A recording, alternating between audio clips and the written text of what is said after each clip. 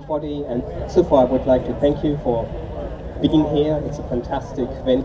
I've heard a lot about this, but I've never been here myself, and I'm more or less speechless. I don't want to be speechless now because I would like to tell you a few things about this car, and I can remember very well when the design studio suddenly got the task to design a show car, which was supposed to be the 918 Spyder. And there is no other project in the world that makes the heartbeat so fast as a mid-engine supercar.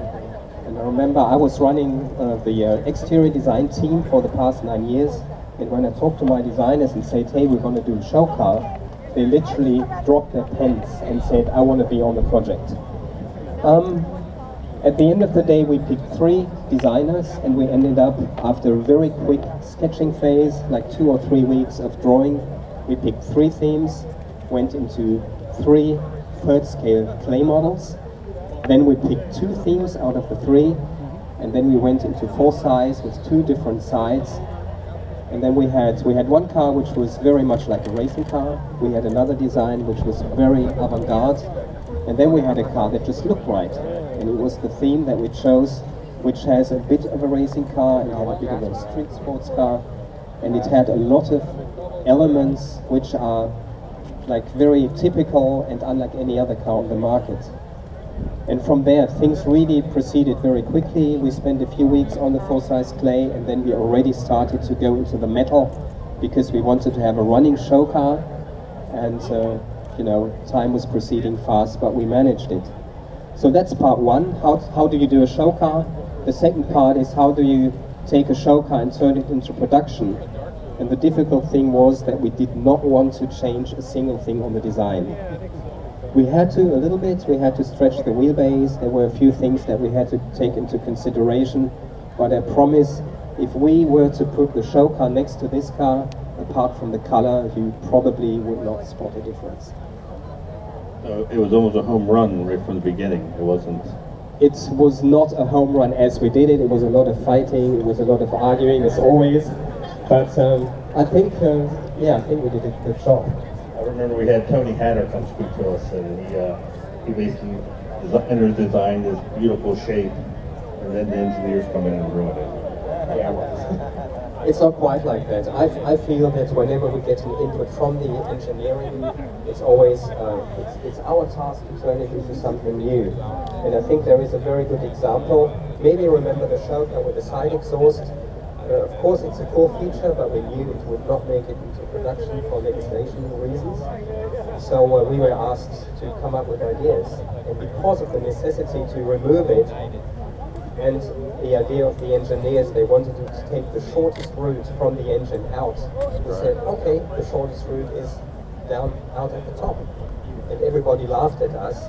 And we said, don't laugh, we'll show you a few sketches. And we came up with sketches, showed it to them, and people didn't laugh anymore. And they said it actually looks quite good. So we had a bit of approval to be done. Of course, it gets really hot there, so we have a lot of very expensive materials like magnesium, titanium stuff around it. But we made it work, and I think we created something which is very unique. So the designer, you said not much was changed in the show car. Can you just naturally draw what's going to be work very well in a wind tunnel? And I would imagine you have to put it through a wind tunnel as well before you approve the design, or not? The order of things is that you first create a theme, and then you see how it works in the wind tunnel and how to change it. Maybe we can do a little walkabout about this car. Let's go. And we may start with the front because that's where a lot of the aerodynamic stuff actually where the dynamic works best. As a designer, we would have always liked to actually push this cornering much more. We always want a front end with a lot of taper, but of course the air just needs space to the radiators, and also we always need a very particular section in this area. So the front end did get a little bit wider. The silhouette overall was actually very good in the wind tunnel, but then the next thing is how to actually do you surface the side and everything to get the air into the slots behind the doors. That was something that kept us quite busy. Then while we're here, I think one of the most beautiful features is the headlamp, the unit with the 4 LEDs, which later now is becoming a trademark for all Porsches with a 4-point running lamp. So that's something that easily identifies a Porsche at night. Of course, we spend weeks in the winter with the front spoilers and all that, and it's generally the air wants to flow around the car as smoothly as possible. And I think just looking at the sections, you can see how that's being achieved. Feature here is very important because it extracts the air. You have a lot of air pressure from the air that goes into the coolers. It wants to come out somewhere. This is where it comes up, and also down here. And it's also a feature that makes the car, you can register in all the countries, which is important. And then towards the rear, this line, I think, is the archetypical line of a 918, which comes round, down and forward to the front wheel. So if I was to put 3 lines on paper that is at the 918, that would be the most important one. But I've spoken about the rear deck and all the details. This alone was about what worked in the design studio until it looked good and it worked. And then towards the rear of the car, I think you can see the form language of a Porsche 911 with the shape of the tail lamp, which is running it. But we decided to take it one step further with a lot of three-dimensionality in the lamp. It's almost floating. And yeah, it's topped off with a diffuser at the bottom, air outlets in this area. And I think from whatever angle you look at it, it's a very unmistakable car. Right from the beginning, it was going to be a hybrid, or was that decided during the process? From the beginning, it was supposed to be a hybrid. Did that affect your design, or? Because it doesn't seem to, if you look at it, you wouldn't know it was a hybrid. It didn't, thank God. We were afraid a little bit that we needed to put up some extra mass here and there, which is something the designer doesn't want to. But no, we were very, very free when we started. Same thing, it was going to be a Spyder from the beginning, or that came afterwards? It was from the beginning the idea to have removable tops, which is kind of a bit of a history with looking at the Carrera GT. Sure, I mean, it's a lovely feature.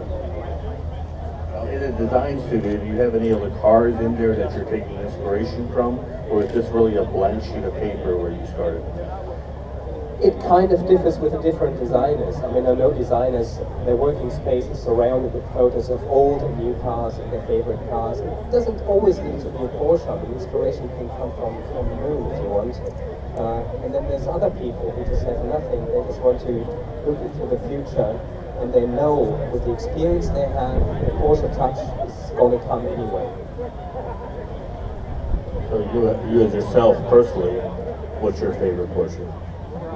Oh, I wasn't prepared for that. No one's listening, so no, it's just I between think you and I.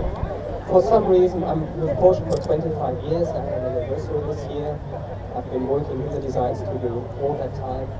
And ever since I was able to drive a company car, I've always had a 911. So I never looked left or right. It always had to be a 911. So yes, maybe a 911 is my favorite Porsche. And I guess you were with the team during the whole developmental process. Yeah. I knew there were different versions, and they did a great job of hiding what it looked like through a lot of the spy photos. And I don't believe they give tours to the public at Weissach. No, it was something purely internal. I think we still have the sketches somewhere in drawers. Actually, last week we started because maybe some of you guys know that we actually moved into a brand new design studio in Weissach, a huge building, very nice. And we had to just go through the drawers and collect sketches and drawings from the past 50 years. And we found some really interesting stuff, which is all being given to the archive and the museum.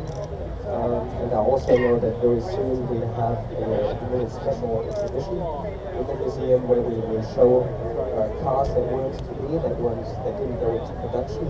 So maybe one day, who knows, we will see some secret sketches of secret cars.